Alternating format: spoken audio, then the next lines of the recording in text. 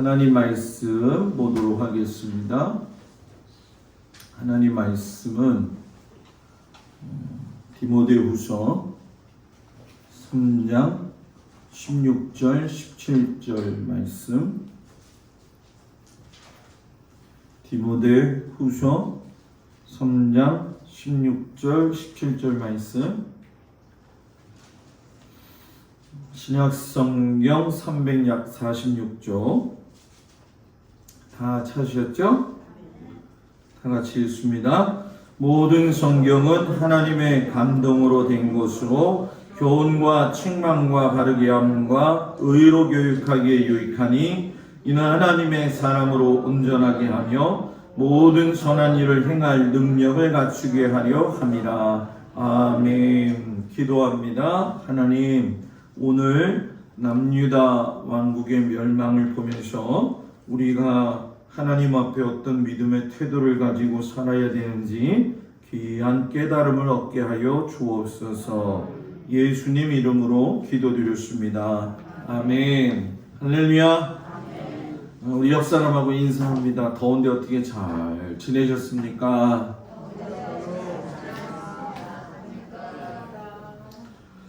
우리 유영애 목사님이 코로나가 오늘 걸렸어요. 그래서 내일 저기가 되어지는데 반주자가 바뀌어가지고 부담이 많이 되는데 성악 전공입니다. 피아노 전공이 아니라.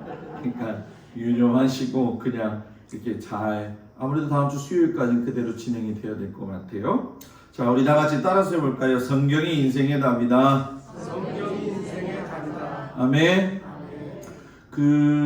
연합 집회에 우리가 못 참석했던 거는 제가 겨울쯤 들어가서 여러분들하고 같이 지난번에 말씀드린 것처럼 나누겠습니다. 오늘 이 앞에 그림을 보게 되면은 여기에 시드기야 왕정 정료라고 하는 말씀이 있죠.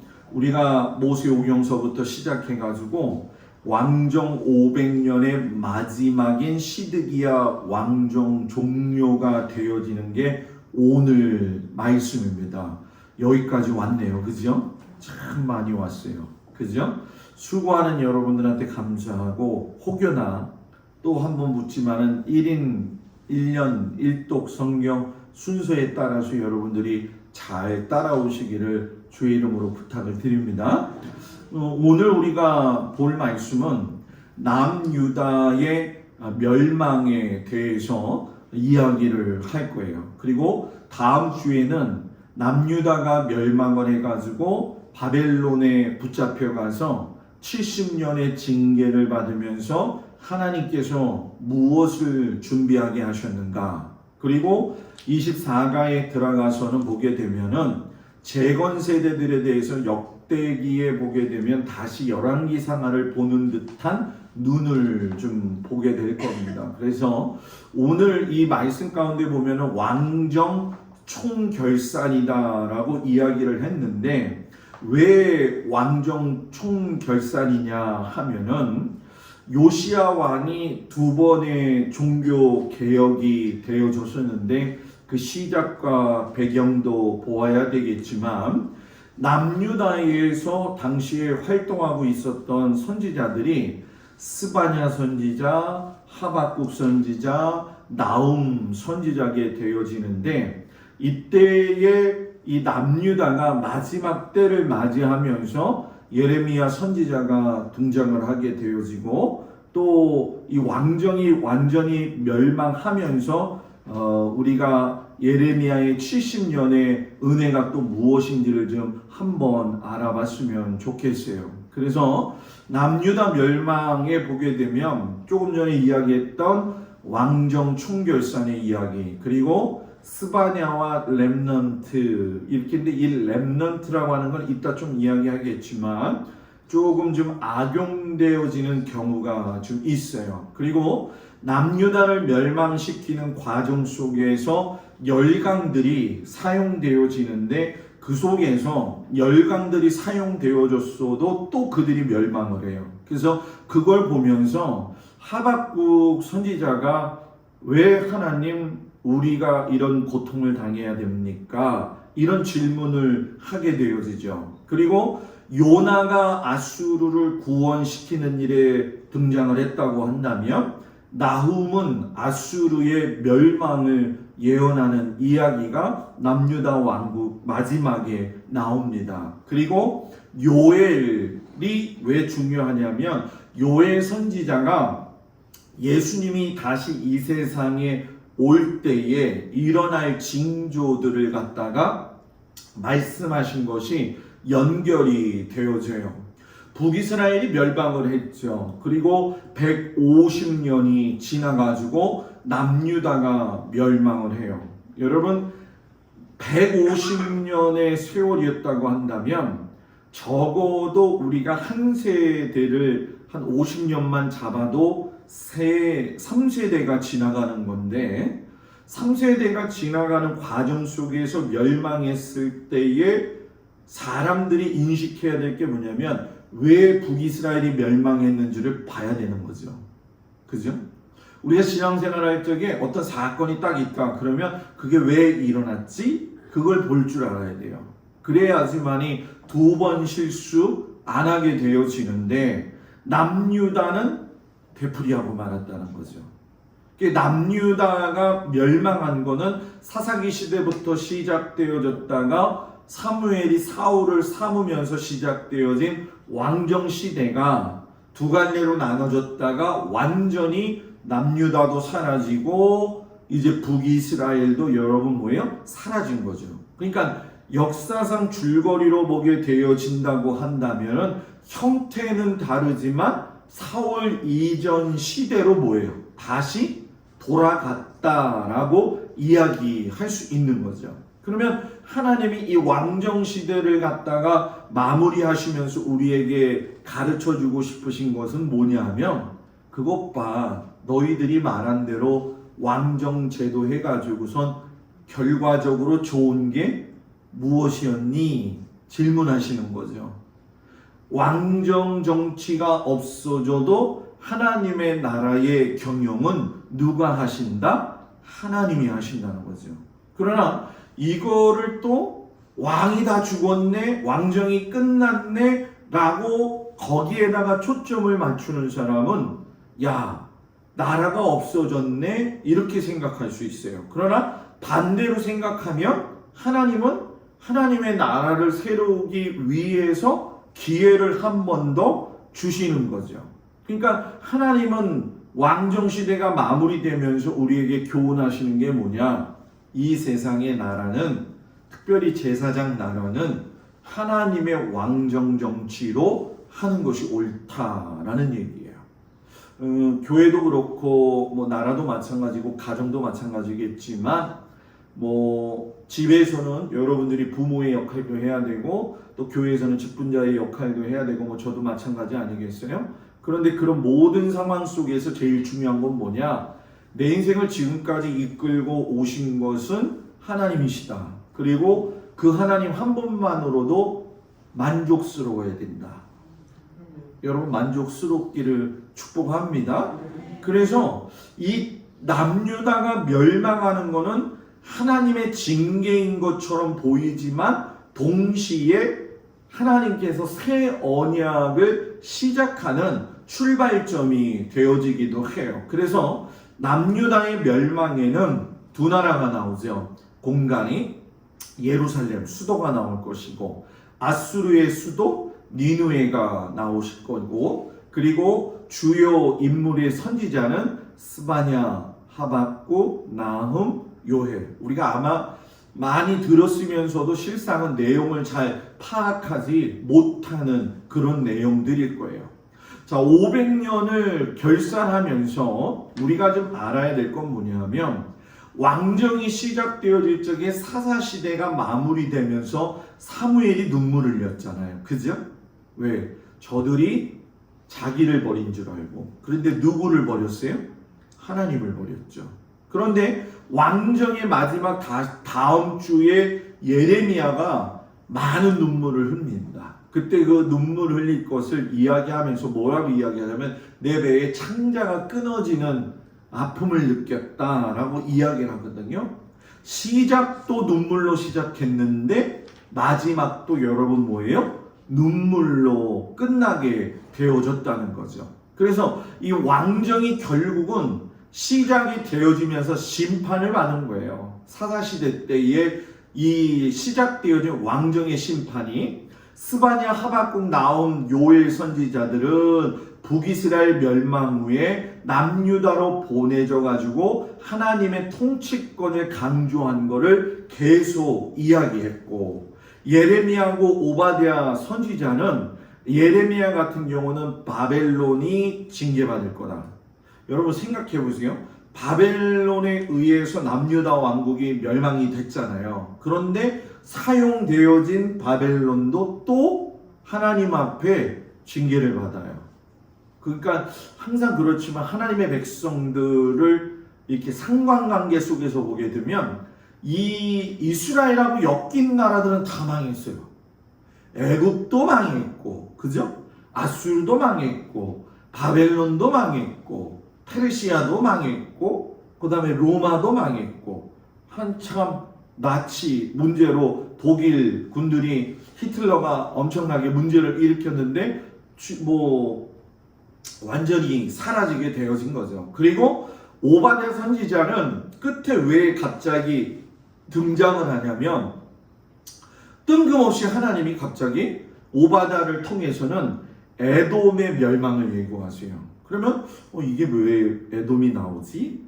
이 에돔이 실상은 야곱의 형 에서의 후손이잖아요. 그죠? 근데 이 에서의 후손이었던 에돔이 이스라엘 남유다 왕국이 바벨론에 의해서 무너질 적에 가서 바벨론을 도와줬어요. 그러니까 하나님이 친형제 같은 너희가 도와야 되는데 어찌 그렇게 악한 짓을 할 수 있느냐. 그래가지고 오바댜를 통해 가지고서는 여러분 뭐예요? 에돔 너희가 멸망할 것이다. 이렇게 얘기를 하죠. 그래서 남유다 왕국을 보게 되면 20명의 왕이 다스렸는데 그 중에서 이제 좀 착하게 다윗의 길을 걸어갔던 왕은 5명밖에 안 된다는 거예요. 그리고 나머지 15명은 하나님의 보시기에 합당하지 않은 왕들이었다는 거죠. 이 5명의 왕들은 충성도가 높았어요. 예를 들면 아사 왕 같은 경우에는 이스라엘의 우상들을 제거하는 일에 앞섰고요. 여호사밧은 율법을 다시금 교육했어요.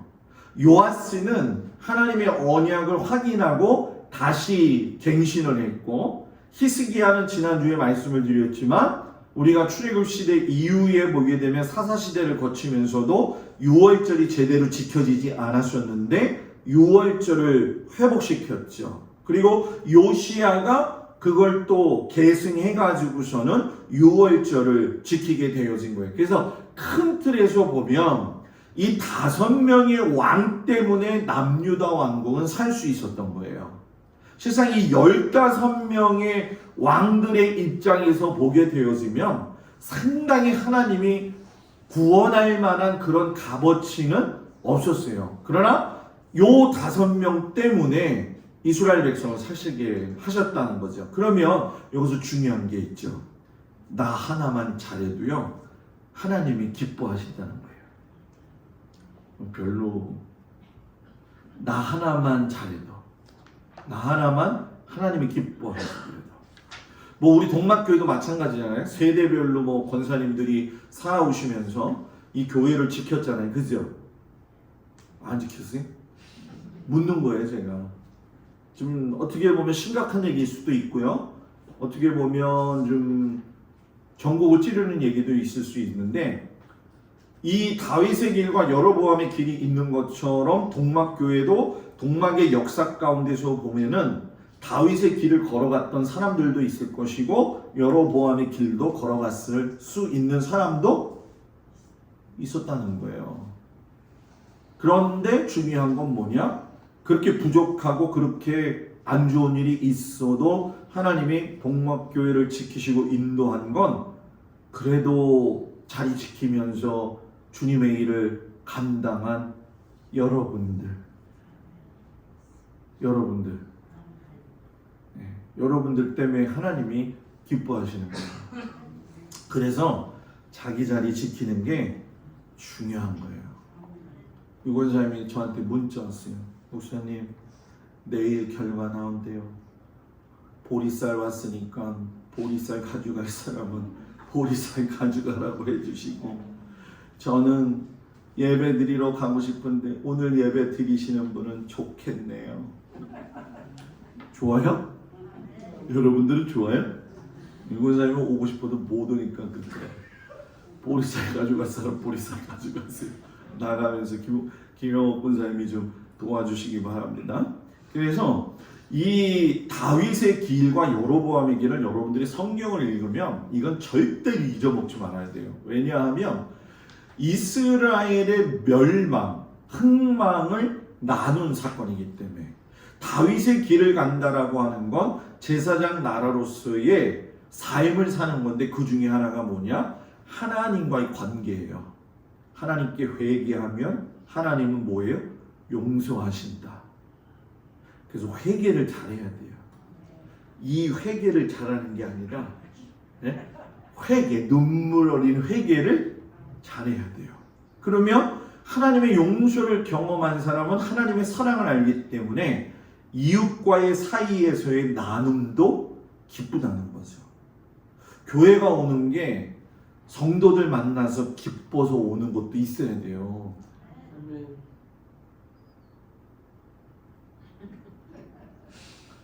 물론 목사님 설교 말씀 듣는 것도 그렇고 하나님 말씀 듣는 것도 그렇고 다 좋지만, 교회는 공동체이기 때문에 여러분 성도들끼리도 만나면 행복해야 돼요.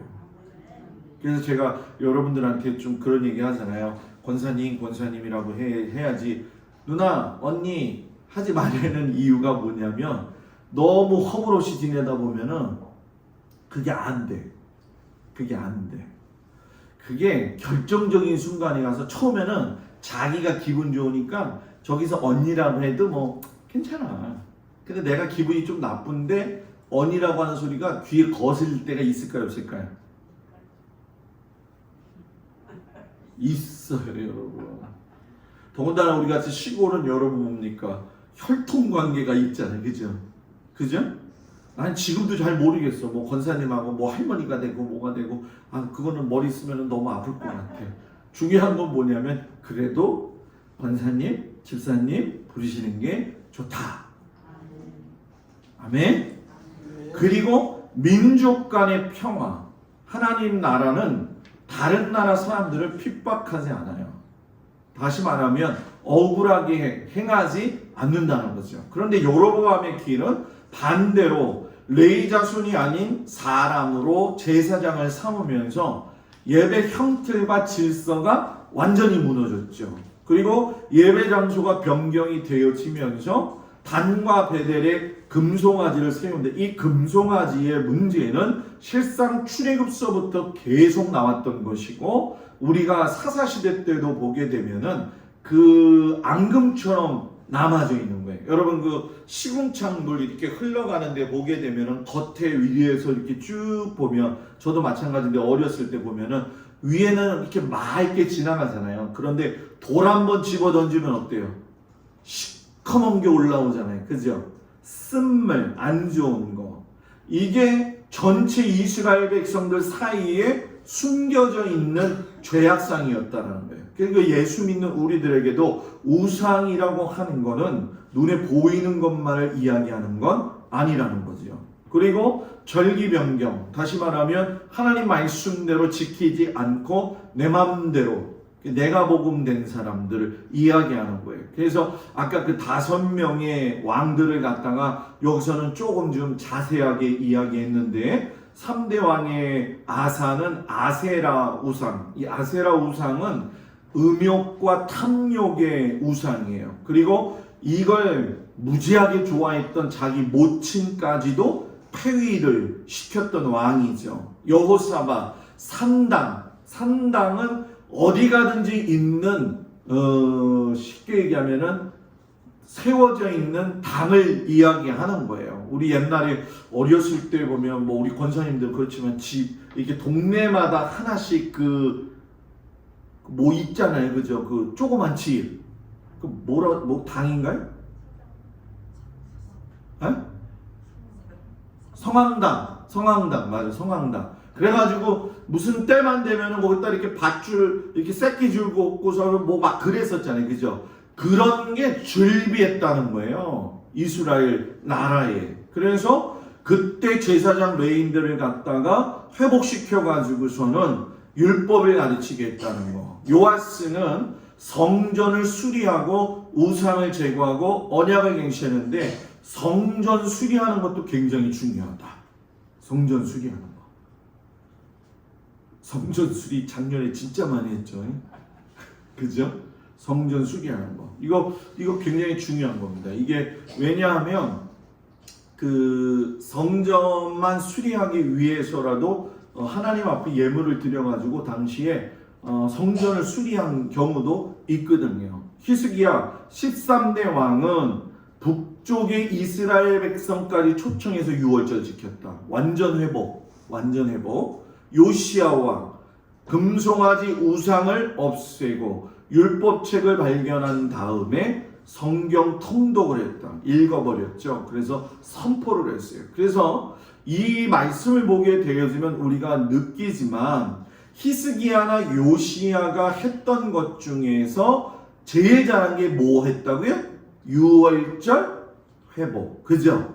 그럼 왜 유월절을 못 지냈는가? 여기 나와 있죠. 성결하게 한 제사장들이 부족하고 백성도 예루살렘에 모이지 못하였으므로 그 정한 때에 지킬 수 없었습니다. 선지자 사무엘 이후로 이스라엘 가운데에서 유월절을 이같이 지키지 못하였고 성결하게 한 제사장들이 부족했다. 하나님 앞에 예배를 드릴 제사장과 레인들이 성결하지 못한 사람들이 너무나도 뭐예요? 많았다는 거예요. 그것도 문제인데 문제는 또 뭐냐? 백성들도 안 모인다는 거예요. 그래서 마지막 때의 특징은 뭐냐? 안 모여요. 그죠? 예전에 우리 7, 80년대, 60년대만 해도 여러분 부흥회하고 그러면 많이 모였잖아요. 그죠? 그때는 설교를 뭐 3, 4시간 하셨던 것 같아요. 목사님들이 그때 이렇게 설교하시는 거 보면. 지금은 1시간 넘어가면 인상 써요. 1시간 반 하면 그 다음날 안 와요. 제가 경험해봤거든. 그러니까 여러분 이 제사장과 레위인들이 결국 부족했다라고 하는 건 성결하지 못했기 때문에도 있었지만은 사사시대 때 보게 되면은 레위인들이 막 돌아다녔잖아요. 그죠? 왜? 먹을 것이 없어가지고. 그러니까 생활이 보장이 안 되니까 돌아다니면서 살다가 보니까 자기의 본분들을 잊어먹게 되었다는 거죠. 그래서 목사는 또 성도들은 하여튼 교회에서 최선을 다해서 믿음 생활하고 또 이끌어 가고 그래야 될 줄 믿습니다. 그래서 이때에 이제 상황 좀 설명을 하게 되어지면 여러분 바벨론이 이제 강한데 이 북이스라엘이 아수르에 의해서 멸망이 됐잖아요. 그죠?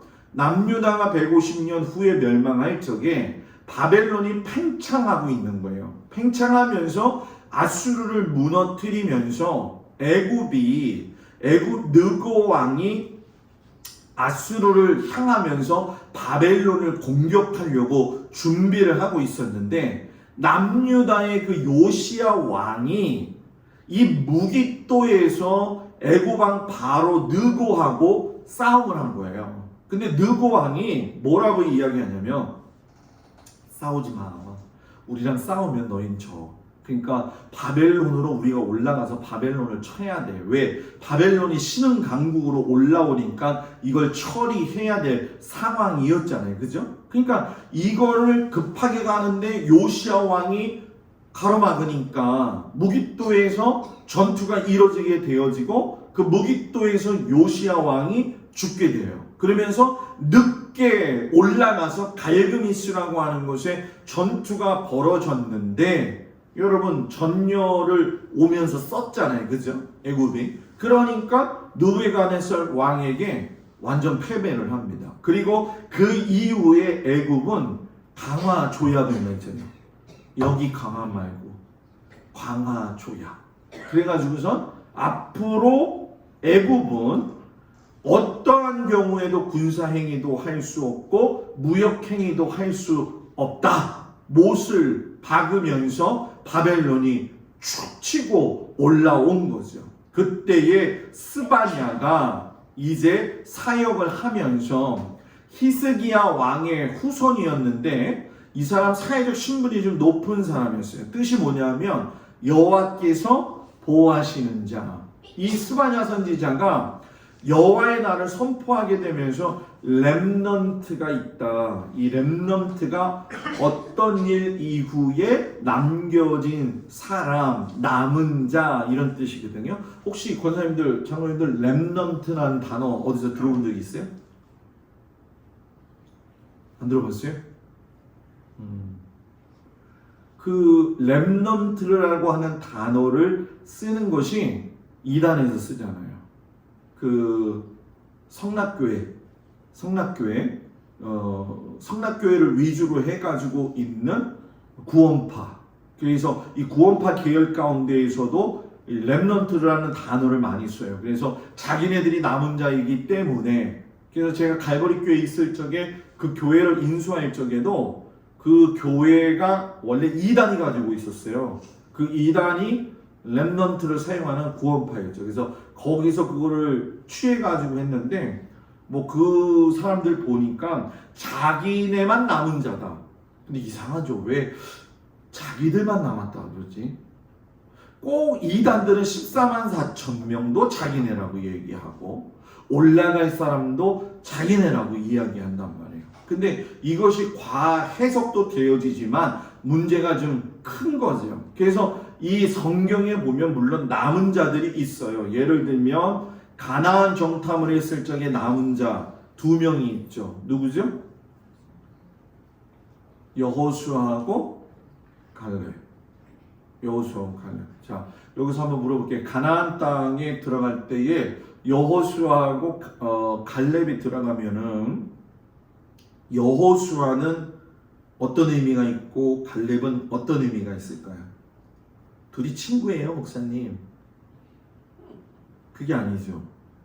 여호수아는 예슈와 해서 예수라는 뜻이 있는 것이고 갈렙은 그의 신부의 역할을 하는 거예요. 그렇기 때문에 가나안 정복은 하나님 나라 입성은 쟁취하는 건 여러분 뭐예요? 주님과 함께 더불어 가는 믿음의 사람들, 바로 저하고 여러분들이죠.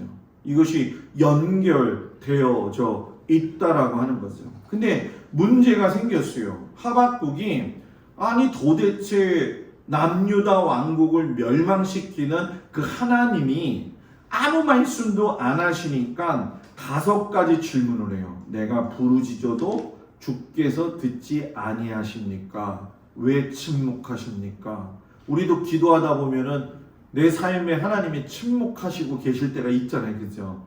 언젠가 좀 하나님이 좀 속시원히 답 좀 해주시면 좋겠는데 남유다가 멸망해가는 그 모습을 보면서 너무나도 힘들었던 그 마음이에요. 그리고 하박국이 괴로웠던 건 내게 죄악을 보게 하시며 패역을 눈으로 보게 하시나이까 남유다가 멸망하는 꼴을 왜 내 눈으로 보게 하십니까? 3번째, 어찌하여서 거짓된 사람들을 방관하시고 악인이 자기보다 의로운 사람을 삼키는데도 잠잠하시나이까? 예를 들면 이제 다음 주에 같이 나오겠지만 하나냐 선지자가 등장을 해가지고 예레미야하고 불붙어가지고선 거짓말을 하죠. 바벨론에 절대 무너지지 않습니다. 근데 무너지잖아요. 그죠? 악인들이 너무 많았다는 거예요. 그리고 사람을 바다에 곱게 하시며 다스린 자 없는 벌레 같게 하시나이까? 아주 미천한 인생들까지 그러면서 만드시고, 그리고 이 하박국의 의미는 이해가 되지 않는 게 남유다만 멸망한 게 아니라 애굽도 그랬고 에돔도 그랬고 주변에 있는 나라들이 다 멸망을 하니까 왜 한꺼번에 이렇게 여러 나라를 멸망하십니까? 이때 하나님의 대답이 뭐냐? 하나님은 정한 때가 있다. 뭐라고요? 정한 때가 있다. 그래서 하박국 2장 14절 여러분들이 잘 아는 찬송이죠. 물이 바다 덮은같이 여호와의 영광을 인정하는 것이 온 세상 그 가득하리라. 그 찬송, 여기서 나온 찬송이에요. 그러니까 하나님의 공의는 정한 때가 있고 하나님의 방법대로 공평하게 저울로 맞춰서, 그래서 우리가 신앙생활할 적에 또는 삶을 살 적에 억울한 일을 당하거나 힘들고 괴로울 때 우리가 낙심하지 말아야 될 것은 하나님은 정한 때에 모든 걸 회복시키신다. 정한 때에 모든 걸 회복시키신다. 하나님은 정한 것대로 경영을 하신다라는 거예요. 그래서 하박국이 또 유명한 찬송의 귀절을 나오게 하죠.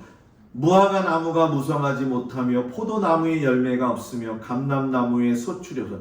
무화과 나무 잎이 마르고 포도 열매가 없으면 감람나무에 소출이 없어도. 그죠? 이 찬송 아시죠?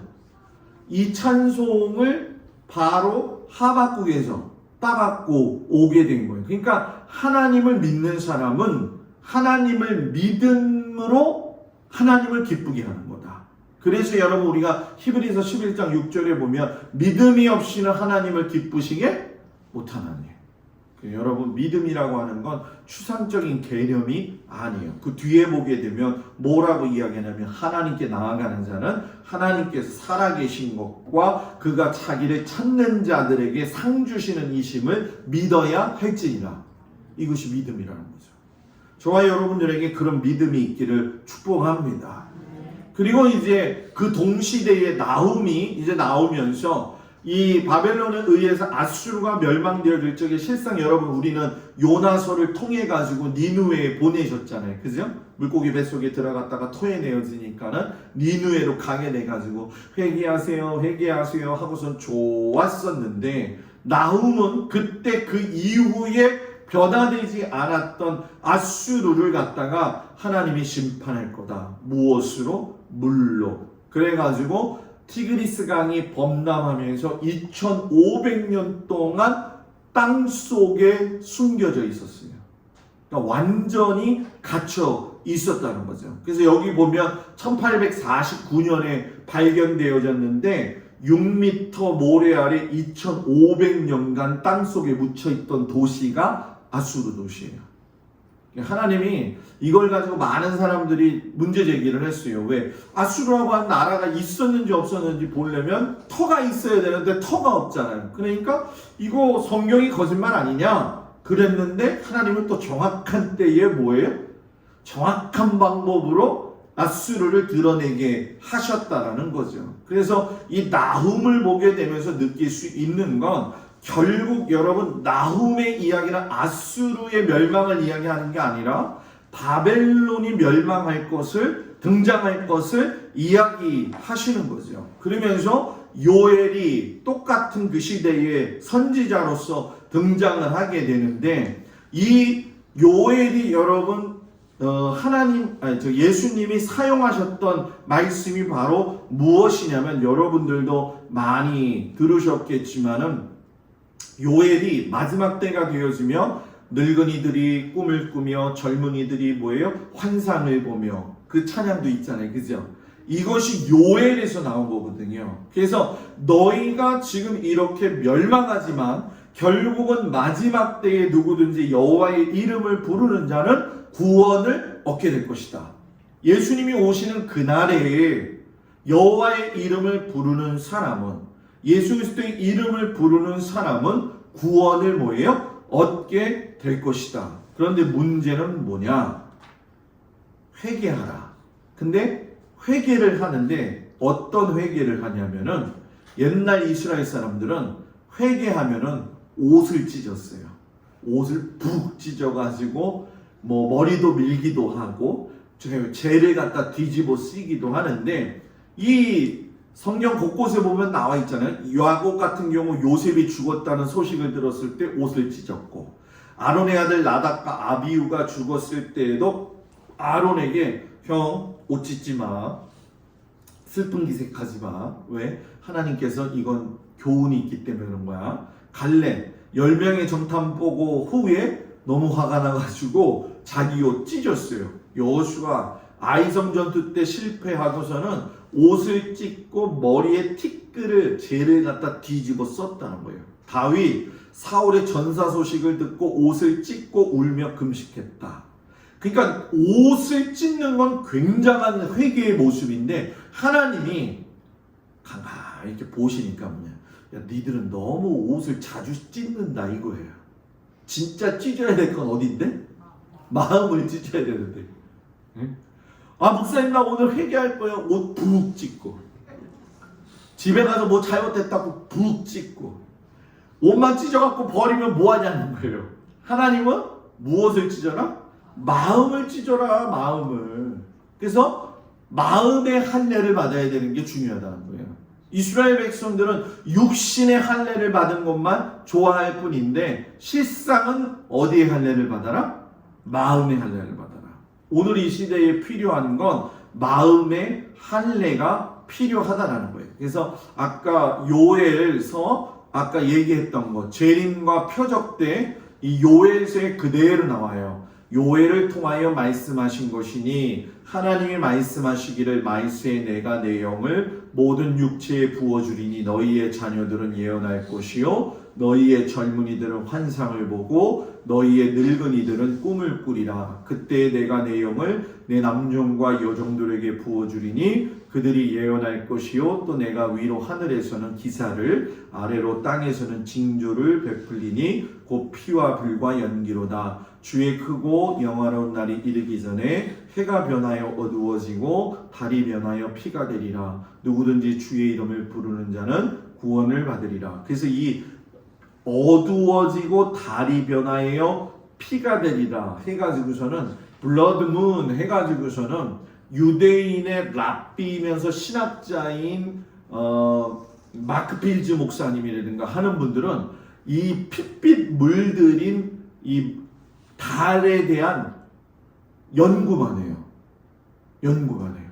이 달이 핏빛이 들 때 여러분 크게 달이 크게 보일 때 있잖아요. 그죠? 그때를 연구만. 근데 우리는 보면은 달 무슨 달 쟁반같이 둥근 달 이것만 생각하잖아요. 그죠? 근데 그렇게 생각하지 않고 하나님의 징조로. 그래서 이 마크 빌즈 목사님도 저도 만났었거든요. 집사람이랑 같이 가가지고선 이제 세미나로 듣기도 했는데 이것만 파고 있는 사람도 있어요. 왜? 어디에다 초점을 맞추고 예수님이 오신다.